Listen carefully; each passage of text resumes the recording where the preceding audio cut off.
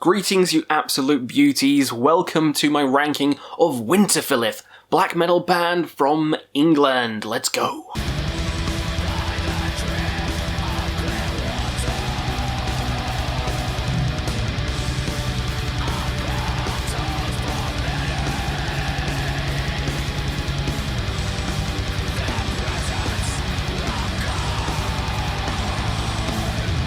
So I'll be ranking all 7 of the studio albums.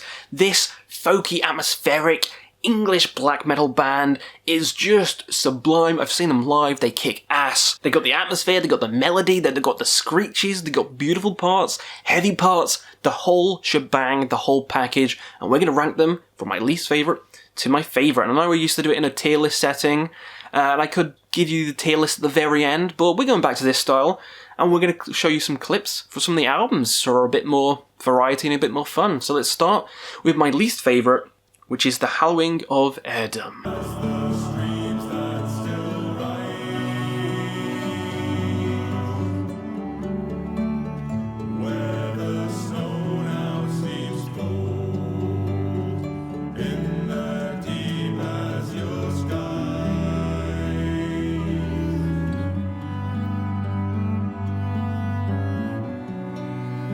So this album's back in 2018, and it has 12 songs on, about 55 minutes in length, and the art for this one is beautiful. I love the art. It might be my favourite art of the entire discography, but the music itself is still great. But my problem with this album, you probably saw this one coming, is that it's like a traditional folk acoustic album. There's no screams, there's no heavy sections, it's all somber, it's all sorrowful, it's beautiful music, it's beautiful folk, traditional English music, and that's great if you want that. Generally, when I'm picking up a Winterfylleth album, I want something a bit punchier, a bit more this kind of traditional English folk mixed in with the harrowing screams and the intensity that they usually bring. So this album doesn't have any intensity, but it is a beautiful album. So I'll give it credit. It's not bad, even though it's last. It's not bad. It's just not something I'm going to be picking up over any of the others. Next up, we have the Dark Hereafter.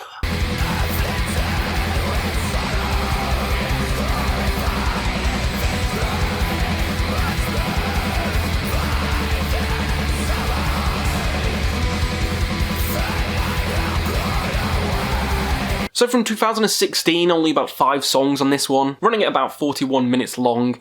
This album is more like it, so from here on out it was ridiculously hard to try and rank them. This one's only here because I've just listened to the others more. This one is quite a dark album, and it starts off quite interesting because it starts off with a really short song, but the rest of the songs in the album are quite lengthy. The longest being the 13-minute epic Green Cathedral, which is goddamn fantastic. It's a builder of a song with like this sorrowful melody in, deep chants. It's so good, and epic is the right word for it. It is a very epic and just bombastic song. But Led Astray in the Forest Dark is my favourite on the entire album. It has this such deep, like, Agalloch vibe to it. So if you're a fan of Agalloch, give this song a listen, because it closes the album and it closes it off in goddamn style. So good. Take a listen.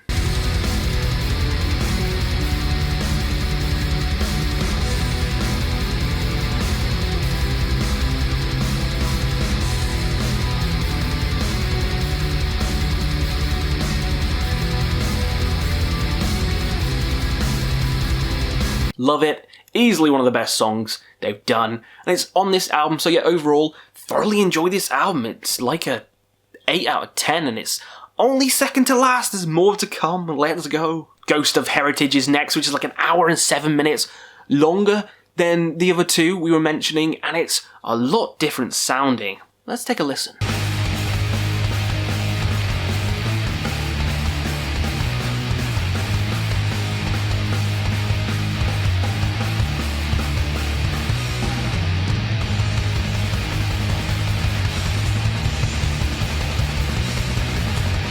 Now the vocal style on here is the most powerful it's ever been.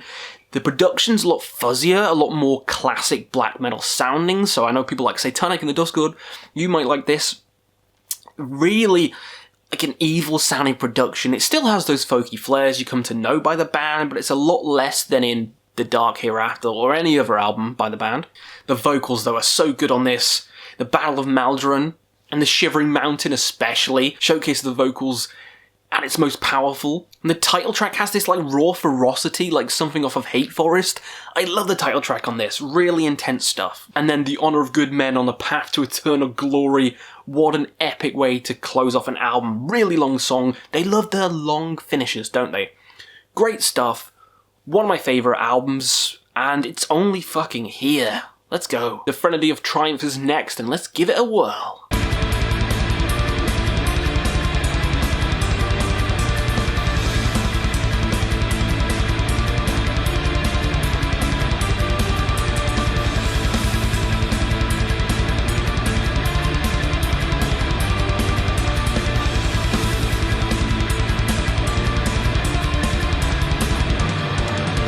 So another hour-long album from 2010. 10 songs on this one, and they're all bloody fantastic. It starts off again with the amazing melodies on here of 1,000 Winters, which is a personal favourite, only to get even better with the Swart Raven, which has this like ethereal sound to it, which I just adore, and that's got to be one of my favourite songs in the entire album. Swart Raven is just this atmospheric powerhouse of a song.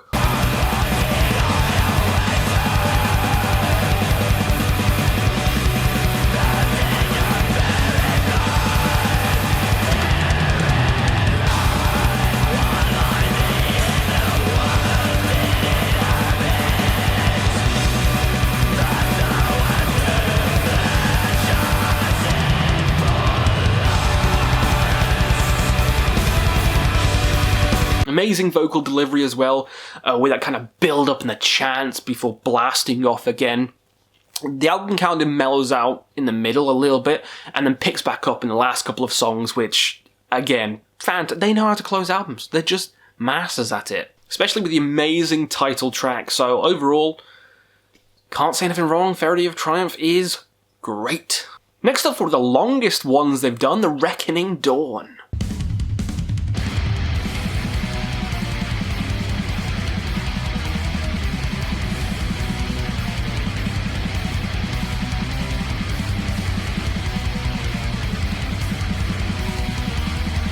So this is like an hour and 16 minutes, the longest one they've done, and it is just bloody fantastic. I've seen some of the songs they did from this album live, and god, so good. This album's like the darkest sounding album. I know the debut has a dark sound and a kind of more cult sound, the fuzziness, the rawness of it, and the aggressive vocals, but this one sounds evil. Dark and evil and just menacing. We've got Misdeeds of Faith starting off with that definitely occult vibe. Absolved in Fire is just a banger of a song. Every song on here is amazing. I love it all. My only complaint is probably the last song to end it with like a synth kind of song. I enjoy my synth. I enjoy Dundon synth and stuff like that.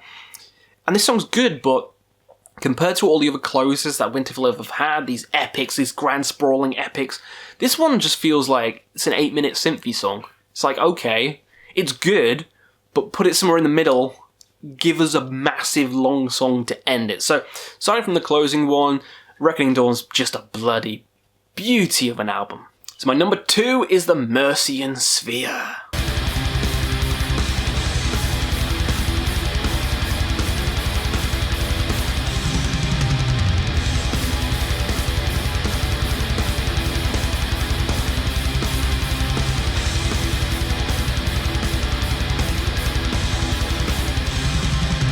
10 songs over an hour again. These are long. There's like over 3 10-minute long songs on here. My goodness. And 3 of them are like part 1, 2 and 3. And it starts off with part 1 and part 2 of the trilogy, and quadrilogy now, but trilogy in this album's context, and they just hit you right away. Fucking phenomenal songs, 2 of the best songs they've done. It's kind of like a parallel to Alceste Calle de Lune, part 1 and 2, and I always love songs like that. And this powerhouse hit of part 1 and part 2 just floors me every time. Even the shorter, calmer songs on here are just so good and just fit in with all the bigger songs. But yeah, overall, very coherent, very consistent, and just one of my favourite albums by the band. And that we get to it. My number one, my favourite Winterfylleth album of all time is The Divination of Antiquity.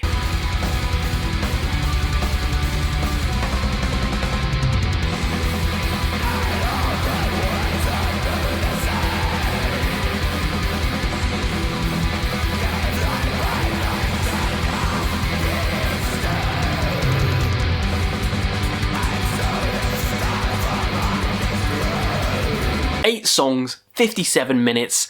You know all these are going to be goddamn long, and oh my god, they're all beautiful. Banger after banger after banger after bloody banger. It's non-stop with this album. And it's not as drawn out or as long as the last one I mentioned, the Mercian Sphere, or anything like that. It is under an hour, and they just crammed it full of just beautiful songs. Whisper of the Elements especially has this just infectious melody that I love so much. I'll play it.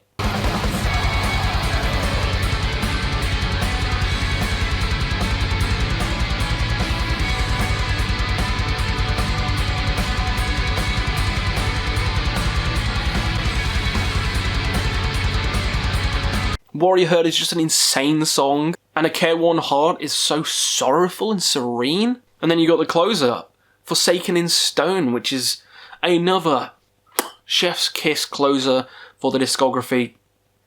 I love this album. It's easily number one. Mercian Sphere was close, but Divination has it for me with those banger songs I just mentioned. So that is my ranking for Winterfylleth. Let me know down below how you would rank them. Do you agree with my list? Do you disagree? Let me know and we'll see you again on another Quest for Metal.